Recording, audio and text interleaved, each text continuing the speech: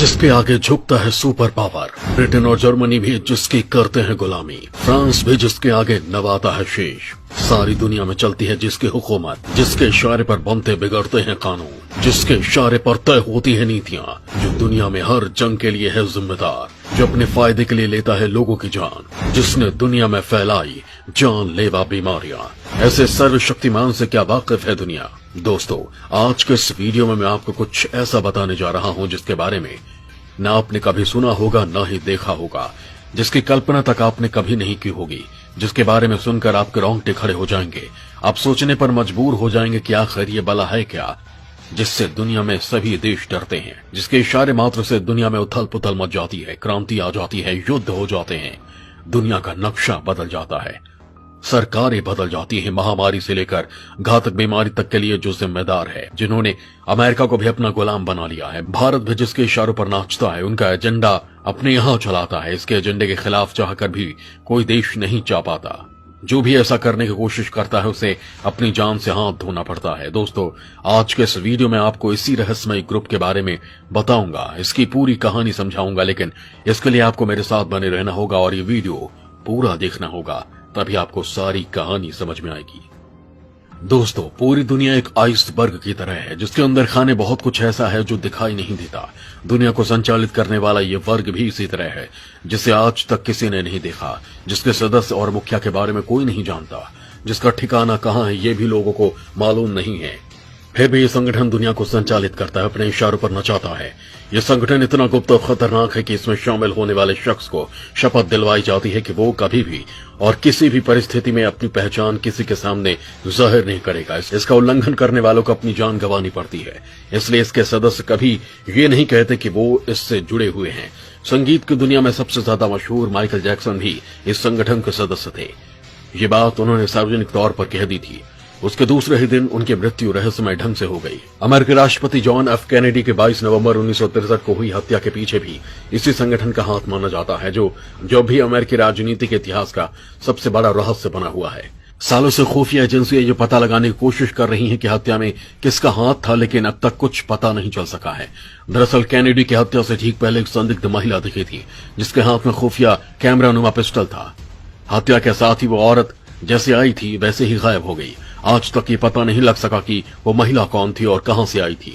कई संगठनों को यकीन है कि यह गुप्त संगठन ही इसके पीछे है और वो रहस्यमय महिला इसी से जुड़ी हुई थी।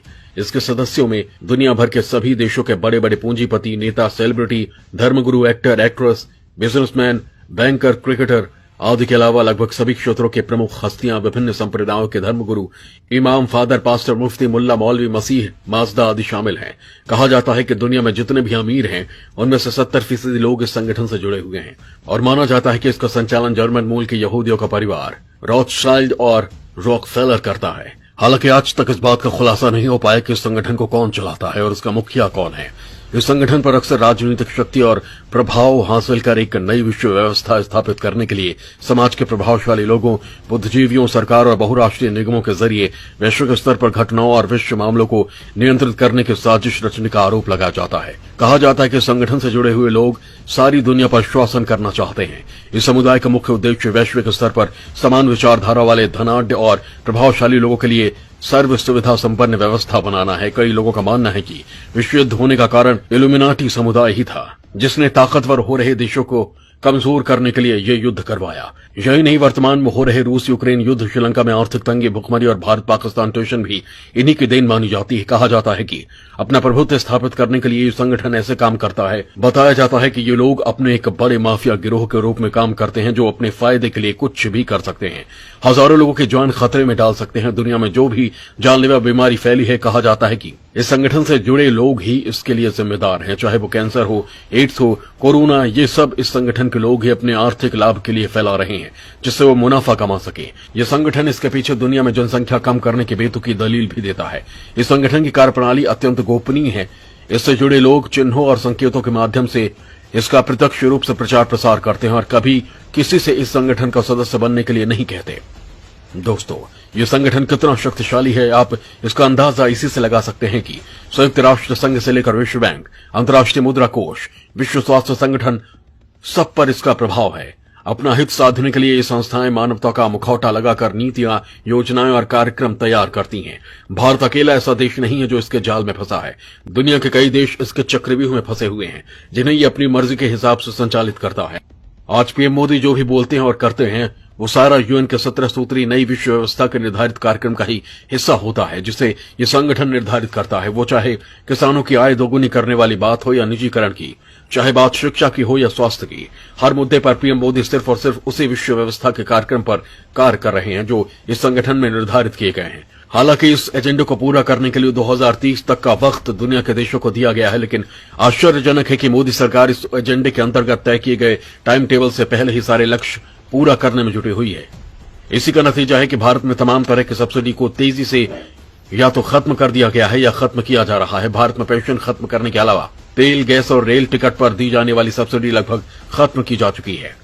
रेल परिचालन भी 80% कम कर दिया गया है। बिजली की सब्सिडी केंद्र के स्तर पर पहले ही समाप्त हो चुकी है, मतलब ये कि लगभग हर क्षेत्र में सब्सिडी समाप्त कर दी गई है। दोस्तों, कहा तो ये भी जाता है कि विवादास्पद कृषि कानून इसी संगठन के दबाव में लाया गया था, क्योंकि कृषि क्षेत्र को मिलने वाली सब्सिडी इन्हें चुभ रही थी। इसी से सरकार को विवादास्पद कृषि कानून लाना पड़ा, क्योंकि इस कड़ी में सबसे महत्वपूर्ण सब्सिडी कृषि क्षेत्र की थी, जिसे खत्म किए बिना अंतर्राष्ट्रीय खिलाड़ियों का लक्ष्य पूरा ही नहीं हो सकता था। दूसरी महत्वपूर्ण बात यह है कि भारत खाद्य पदार्थों, दवाइयों और उपभोक्ता वस्तुओं का बड़ा उत्पादक और उपभोक्ता दोनों है। ये वैश्विक बाजारी ताकतों के लिए सोने का अंडा देने वाली स्थिति थी। इन हालातों को देखते हुए भी वो भारत को अपने हाथ से जाने नहीं देना चाहते थे। लिहाजा उन्होंने भारत के खिलाफ एक मजबूत खाका तैयार किया, जिसे विकास का नाम दिया गया और जिसके जरिए अपने एजेंडे को लागू करवाया गया। दोस्तों, इस संगठन की ताकत के बारे में आगे बताऊं उससे पहले बता दूं कि इस संगठन का नाम क्या है और इसे लेकर अभी तक क्या जानकारी मिल पाई है।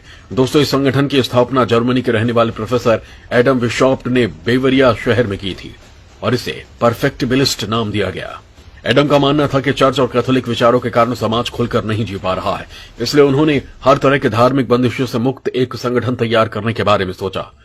इसी के साथ गुप्त संगठन इल्यूमिनाटी की नींव रखी गई। माना जाता है कि मई 1776 में प्रोफेसर एडम के नेतृत्व में इसके सदस्यों की पहली बैठक हुई, जिसमें यूनिवर्सिटी के 5 लोग शामिल थे।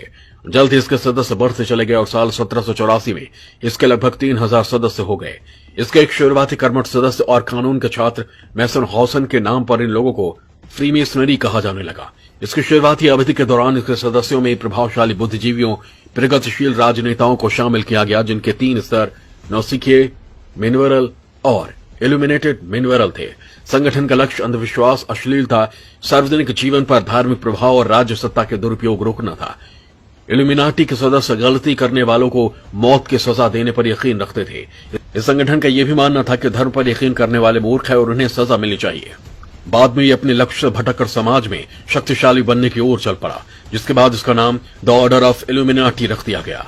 दोस्तों, इस शोषणकारी व्यवस्था को समझने के लिए आपको पहले वर्तमान परिदृश्य को समझना होगा। दोस्तों, अमेरिका के नेतृत्व में इस संगठन ने दुनिया भर में उपभोक्तावाद को बढ़ावा देकर अपनी तिजोरियां भरने का इंतजाम किया है। जहां की यहूदी लॉबी का दुनिया में सबसे अधिक धनोपार्जन करने वाले व्यापार, हथियार, सैन्य साजो सामान, फार्मा, तेल, मोटर कार, वायुयान निर्माण और बैंकिंग जैसे उद्योगों पर कब्जा है। यही नहीं, वो हॉलीवुड के फिल्म उद्योग और समाचार माध्यमों पर भी अपनी मजबूत पकड़ बनाए हुए हैं। माइक्रोसॉफ्ट, गूगल, पेप्सी, एप्पल आदि जैसी दिग्गज कंपनियों की बदौलत ही अमेरिका दुनिया पर राज करता है। लेकिन इसी बीच चीन बहुत तेजी से परिदृश्य में उभर आया और उसने सारे समीकरण उलट पुलट कर दिए। आज चीन दुनिया की बड़ी फैक्ट्री बन चुका है और बड़ी ताकत भी। इसके साथ ही उसने दुनिया का थानेदार बना घूमने वाले अमेरिका के सामने चुनौती पेश कर दी है। इससे सोवियत संघ के विखंडन के बाद दुनिया एक ध्रुवीय नहीं रह गई। एक खेमा अमेरिकी नेतृत्व में इंग्लैंड, कनाडा, ऑस्ट्रेलिया और अन्य नाटो देशों का है, तो दूसरा खेमा चीन, रूस, तुर्की, ईरान, पाकिस्तान तथा कुछ अन्य मुस्लिम देशों का है। भविष्य में इसमें काफी बदलाव भी हो सकते हैं, क्योंकि सबसे पहले आर्थिक फायदे अधिक महत्वपूर्ण होते हैं और इल्यूमिनाटी समूह इसी आर्थिक फायदे पर फोकस करता है। इसे हर जगह केवल अपने फायदे से ही मतलब होता है। यदि इतिहास में अधिक पीछे न भी जाकर केवल 70-80 साल के कालखंड पर निगाह डाले तो दुनिया के विभिन्न हिस्सों में लड़े गए सभी छोटे बड़े युद्धों के बीच प्रत्यक्ष अथवा परोक्ष रूप में अमेरिका की मौजूदगी का कारण समझना आसान हो जाता है। हर युद्ध में कहीं न कहीं अमेरिका की भूमिका नजर आती है। अमेरिका ही है जो युद्ध रोकने की बात कहकर युद्ध करवाता है, दूसरी जगहों की सरकारें गिरवाता है। दरअसल अमेरिका जिस एजेंडे पर काम करता है उसे इल्यूमिनाटी ही बनाता है, लिहाजा चाहकर भी अमेरिका उसके विपरीत नहीं जा सकता। यह ऐसा संगठन है जो अमेरिका का प्रभुत्व दुनिया में स्थापित करवाता है, लिहाजा अमेरिका इसके सहयोगी देश चाहकर भी इसकी नीति का विरोध नहीं कर पाते, क्योंकि इसी के जरिए वो भारत और दूसरे देशों में अपना एजेंडा चला पाते थे। दोस्तों, कहने में गुरेज नहीं कि यह संगठन उस आदमखोर शेर की तरह है जो मुंह में मानव समाज का खून जिसके लग गया है, लिहाजा वो अपनी भूख शांत करने के लिए लोगों का कत्ल करवा रहा है, दुनिया में बीमारियां फैला रहा है, लोगों को आपस में लड़ा रहा है, दुनिया में टेंशन बढ़ा रहा है, जिससे कि उसकी पूंछ दुनिया में बनी रहे और उसकी सत्ता को कभी कोई चुनौती ना दे पाए। जय हिंद, जय भारत।